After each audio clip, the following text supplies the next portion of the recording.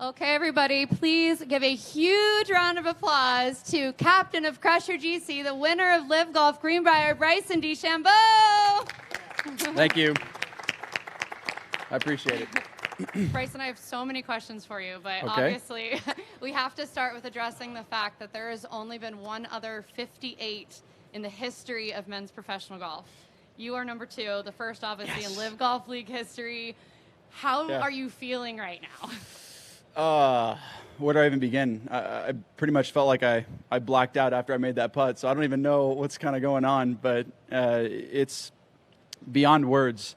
I've been working so hard for a long time, and I knew something special was going to come at some point. I just didn't know when, and the way I played the first round, it was pretty much the worst I could have done. The second round was like, okay, obviously played really well, made a lot of good putts, and then today I just felt everything kind of clicking. Made sure I missed it in the right places when I needed to, and putted beautifully today. There was a point in time where I did think about the 54, but I kind of threw that to the wayside. Like, okay, just get under 60 first. But then on 18 too, there was a lot of rain coming down, and so I didn't know how the ball was going to fly through the air and spin. But I was just lucky to kind of keep it a little short and ended up spinning back, unfortunately, but was able to sink the 40-footer just like I work on every single day in my practice. Obviously, the hard work has paid off. I know how hard you've been working, and I know, you're struggling a little bit at the beginning of the year, and you've been on this rise. You came so close in Spain. Yeah. To win your first LIV Golf event, but then to do it in such incredible style, like, tell us a little bit about that. Did you ever imagine you'd be winning at a 57 or 58? No, going 61, 58, I mean, it's a possibility. I never thought I would do it at the Greenbrier. I never thought I'd do it over the course of my career even. I mean, to even back up a 61 is really difficult. So I had something special going today, and I just felt super comfortable over tee shots and was able to play the course the way it was designed. And Jibo was able to keep my head calm. And when I started to get a little nervous, he just kept it fun, light. And we just had a great time out there. I made the putt on 18, and he goes, "What'd you shoot?" Like 58. He's like, 58 what? So he didn't even really know. It was quite funny exchange afterwards, but probably the greatest moment in my golf career. Oh, and did you know that there was only one other 58 in history? Yeah. Or did you learn that after the fact? No, I've known that. I think it was Jim Furyk, right? Was it? Yes, it was. Yeah. And so being a part of the same agency as well is kind of fun. So my agent, Brett, he was going nuts over it. And as well as Andrew Whitlieb. So it was a lot of fun being able to call up Brett and say, I did it, I got under 60, which is pretty cool. So it seemed like a kid in a candy shop, to be honest with you, really. But other than that, I mean, I can't say much more. I really don't know where I am right now. Somebody sent in a question to ask you that apparently when you were playing junior golf, you would play on the forward tees to get comfortable with hitting low scores. Yep. Can you tell us a little bit about that? Yeah, so for any junior golfers out there, it's probably the best thing you could do when trying to learn how to score. You go up to the red tees and try and shoot sub 60 rounds. For a good aspiring junior golfer that's trying to be a professional golfer, you just go to the front tees, try and shoot under 60. If you can do that and you consistently able to do that every single round you play, get in that comfortable mind of, okay, I'm 10, 11, 12 under, let's keep going, pedal to the metal. That gets you in a great mindset. And I'm telling you, that tremendously helped today, being able to say, okay, I'm 10 under, well, I can't stop. I got to keep going. I got birdie 17, I got a birdie 8, let's go. And having that sort of, I'm not really going to say it in front of me, like, the cojones? Yeah, sort of the FU mentality. I mean, just let's go. Let's get it done. It's something that led to me shooting 58 today. And obviously Team Crushers performed really well this week. Yeah. You guys are also made it on the podium. Did that factor into your mind at all today? Or yeah, were you more focused on... I was definitely trying to go as low as possible for the team. I knew they had it in them to go low as well. They're all great, incredible professionals, and that's why they're on my team. Because I trust and believe in them, and I love all three of them. I wouldn't change it for the world, and I'm looking forward to seeing what kind of damage we can do moving forward in the next 3 events. And how are you going to celebrate this win tonight? I have no idea. I have zero clue, but I'm going to have a lot of fun.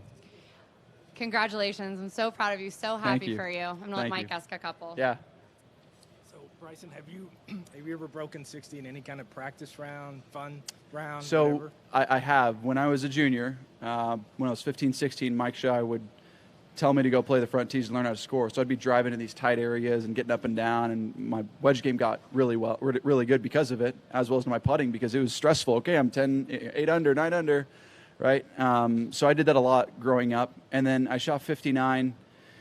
I shot 59 in the Pro-Am Shriners 2020, I think. Anyway, I went and shot 9 under the next day. So it was 59, and then like, what was it, like 61 or 62 the next day. So I played really well there at Shriners. So I have experience going low, and then obviously Caves Valley, shooting 60. I'm having a putt for 59 and pulling that dang putt. I was able to step on 17 and go, okay, this is for 59, and I was able to conquer those nerves on 17, and then 18 was just a bonus. So when did it first creep into your mind today? Was it after the 6th birdie? Was it earlier? Yeah. It was after I made birdie on 7, right, and then I proceeded to make a nice little bogey on 8. But then I backed it up with a couple birdies on 9, 10, pulled the drive on 11, was a little afraid of missing it right for some reason, so whatever, able to hit it up there close, and I almost made that putt on 11. I'm like, oh my gosh, I could have gone on a heater if I hadn't bogeyed 8 and then made the birdie on 11. Birdie 12, 13, I was just trying to stay right of that bunker up by the green, and I just pushed a little bit, almost made that actually. 14, I left right in the heart, and then I just went on a heater the last little bit. So when was it that you said you actually thought about 54? When was that? That was actually right after the first 6 out of 7. I was like, okay, if I like eagle one of the par 5s and I keep going at this pace, it could be dangerous. And somebody said it was 58s aren't easy, but you were hitting it so close every time. Did you feel like this was an easy 58 in that regard? Man, if there's any easy 58, I mean, I don't know who you're talking to, but it was certainly, in my mind, felt very simple to go 8, 9 under today with how I was hitting it and where I was hitting, and then how good I was putting it as well.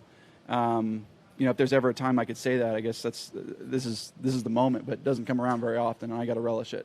And then Mito kept I saw the pressure on. Oh, I was watching. Absolutely, knew the whole day, and I saw him not letting off the pedal. And I'm like, okay, I got to answer.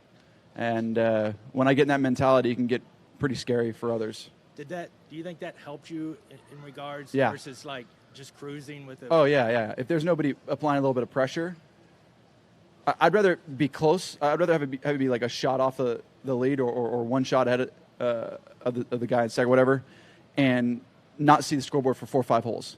Because then I just like focus on, okay, I got a birdie. It just allows me to get into a pretty dominant mindset. And then when the rain started, did you think that might impact? Oh, it did. It did impact some shots. Like the last hole, I tried to play like a little lower shot in there just to keep it down, kind of skip it up, and I skipped it up, but it just spun back. There was a lot of spin that I produced on that shot. So. And can you just take us through your mindset on 18 as you approach the putt? Well, as I approach the putt, I'm thinking, don't give myself a 3-footer.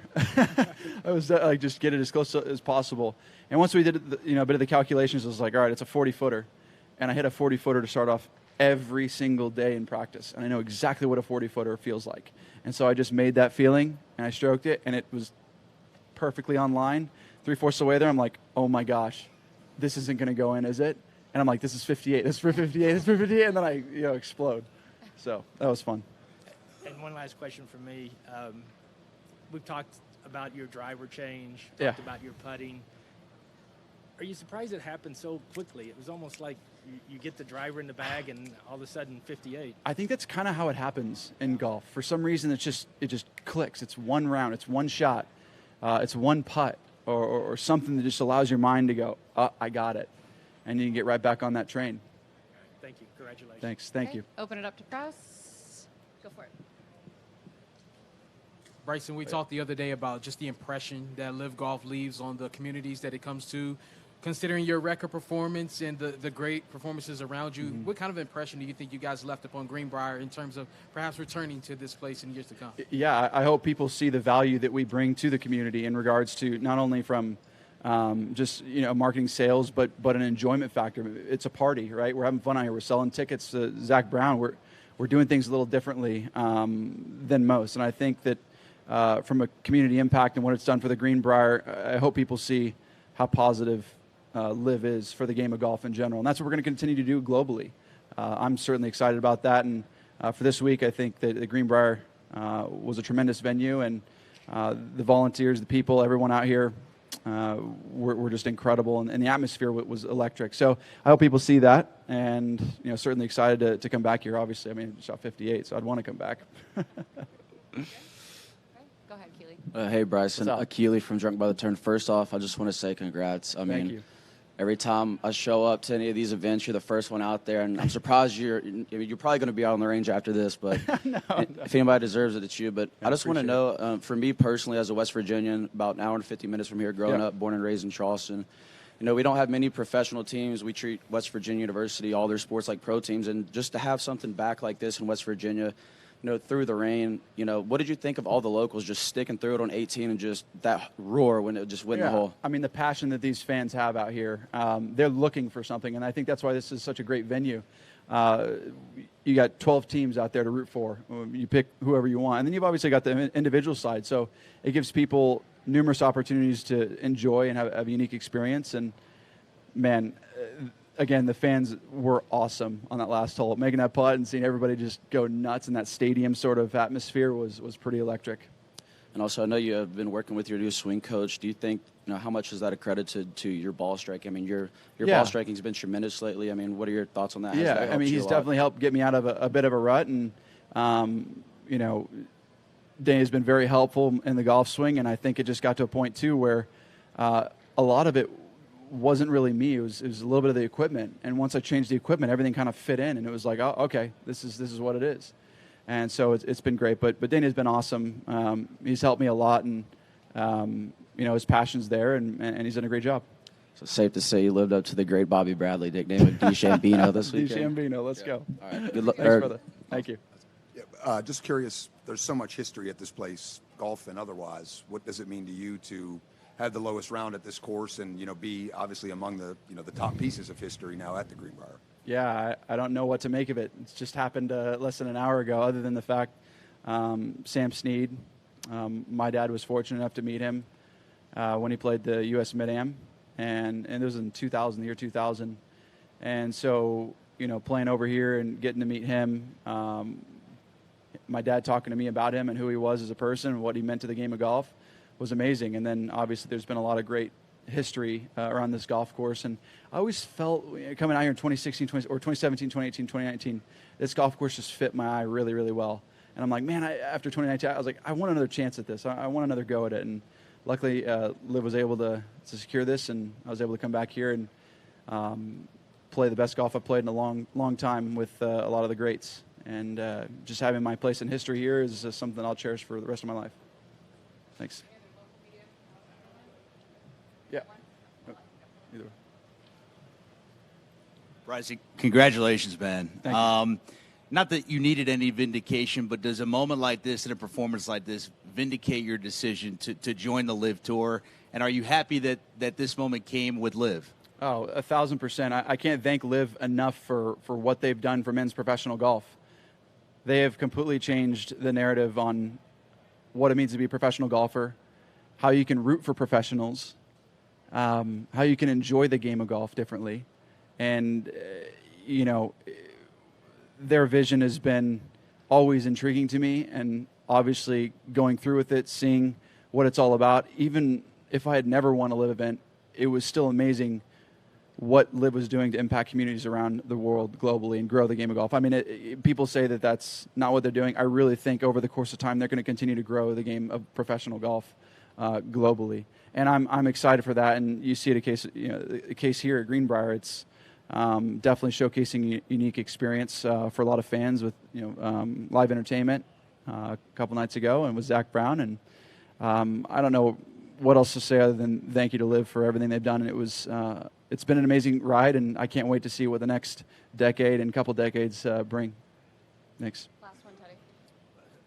Hey, Bryson, congrats, man. Thank you. 61-58 back-to-back. Unbelievable. You had mentioned Sam Snead, getting to meet him. You mentioned your father. Mm-hmm. Do you think maybe both of their spirits were kind of shining down here today and helping you? I mean, it's definitely. I mean, anytime I talk about my dad, he would have. I mean, I know he's watching. I know he's proud. I know he's smiling up there. And I really wasn't thinking too much of it. I had a job to do, but afterwards, you know, when I made that putt and then sat over there on the side, I'm like, man, I wish my dad could have been here, but I know he was watching it, and it was really cool to have this moment. But it really wasn't about me in that moment. It was more of he's given his whole life for me. My dad gave everything to have me be the best I possibly could be, and yeah, I mean, there's a reason why all this happened, and I understand it now, and I thank God and I thank my dad for everything he did for me. God bless you, man. Thank you. Thank you, Bryson. Thank you. Congratulations. Thank you.